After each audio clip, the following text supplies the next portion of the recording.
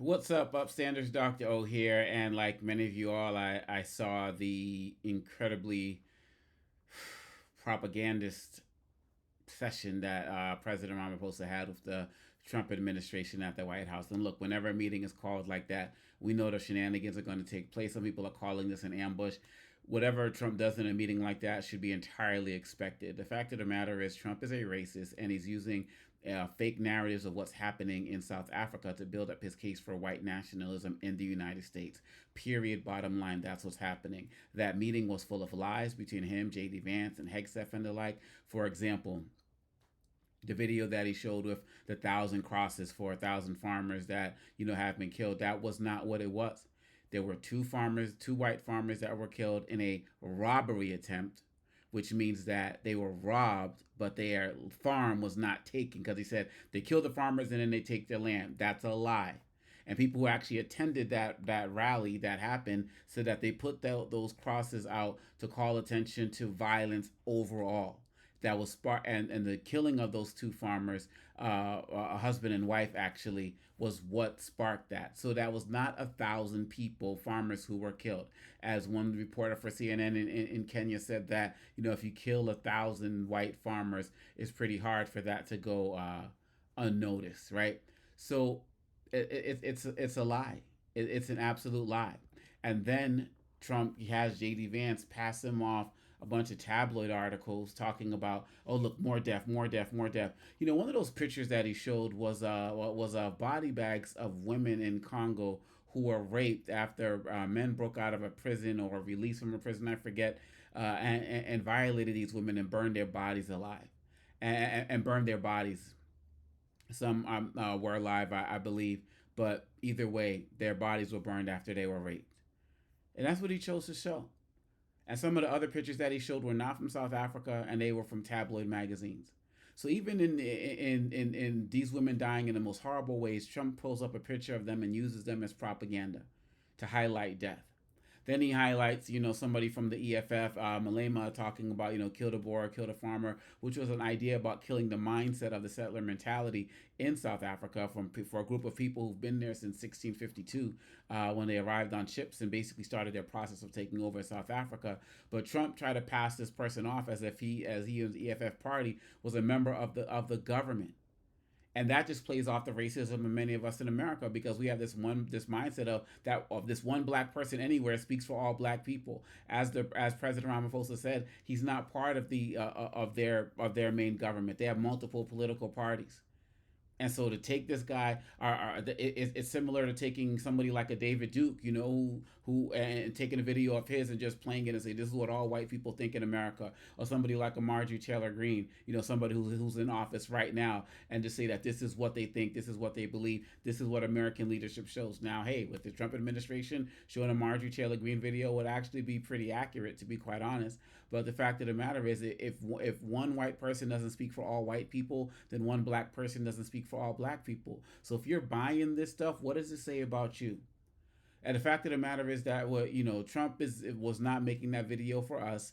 He wasn't making that video for anybody interested in scholarly research. He made that video for his base, because his base ain't gonna watch anything but Hannity or OWN and all these other networks who are gonna say, look at how he showed the proof of white genocide in South Africa, and it's complete nonsense. As the reporter from Kenya said, this was a win for white supremacists today, because all of the stuff that people like Tucker Carlson and these whites in South Africa have put out in terms of their propaganda machines, Elon Musk and the like, to bring the attention of white genocide of farmers to the attention to the world, they got the highest endorsement they can ever get from the president, from Trump. That's what they did. And it's disgusting, it's disappointing, it's not surprising. But just because it's not surprising doesn't mean it doesn't have to be called out. And the fact of the matter is, a lot of folks, who support South Africa over the years are really disappointed in Ramaphosa's performance, because really, at the end of the day, one of the things that it's being reported by Bloomberg is that another thing that came out of this meeting is that they're developing a workaround so that Elon Musk can develop his Starlink internet services in South Africa. South Africa has the BEE, the Black Economic Empowerment Program, which came out of the fight for freedom in the 90s, where 30% of companies had to have local participation in it. So basically 30%, black ownership, 30% homegrown, ownership.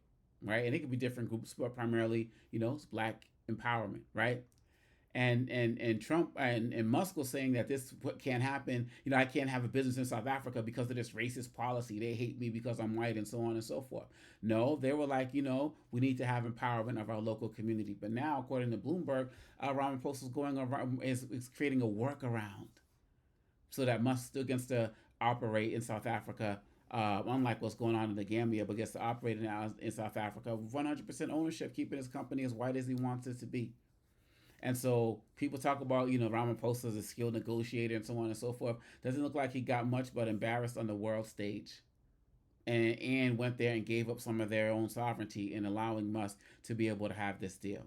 And Trump and Vance and all of them, they are a disinformation campaign. They are a disinformation administration. And that's what they do. And it was disgraceful and disgusting what they did to put up dead black bodies to help support their lie of a genocide that's not taking place in South Africa. To use the term genocide when you have things that's going on in places like Congo and Gaza and other places where there are real conversations to be had about that. And so what's happening to these white farmers is a genocide.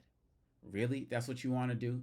The fact of the matter is more black people are killed in South Africa because there are more black people there. And farming community there. And what did Trump say? Something to the effect of there aren't any black farmers or black farmland. What? There are black farmers on these lands as well, and they're experiencing more violence than the white farmers. And as I've said in another video, these 59 people who arrived in the United States who I refuse to call refugees, I haven't seen any evidence that these people are actually farmers or from a farming community, because no land has been seized by white farmers. So what did these people leave? What did they have? And I'm going to assume, without having checked, that the couple that was killed that led to that procession of those crosses and the like, their family still owns that land. I'm going to assume that someone can come out there and show me contradictory research. But this idea of calling this an ambush, this is what Trump does. This is his style, and everybody should have expected it. And look, if you still support this, what does it say about you? I'll share this more in another video, but if you still support this man as he's tanking the economy, it really just means that you're supporting his idea of whiteness and white grievance.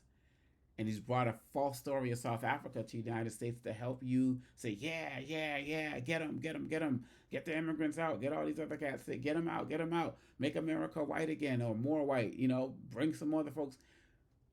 That's just what it says about you. Any information that you have about a white genocide of farmers in South Africa is a lie. It is a lie. Period. Bottom line. But this is a man who lives on the fringes in terms of the information that he consumes, and he did it once again. And if you're going to fall for that, let's just say it says more about you than it does about Trump. Let me know your thoughts. Peace.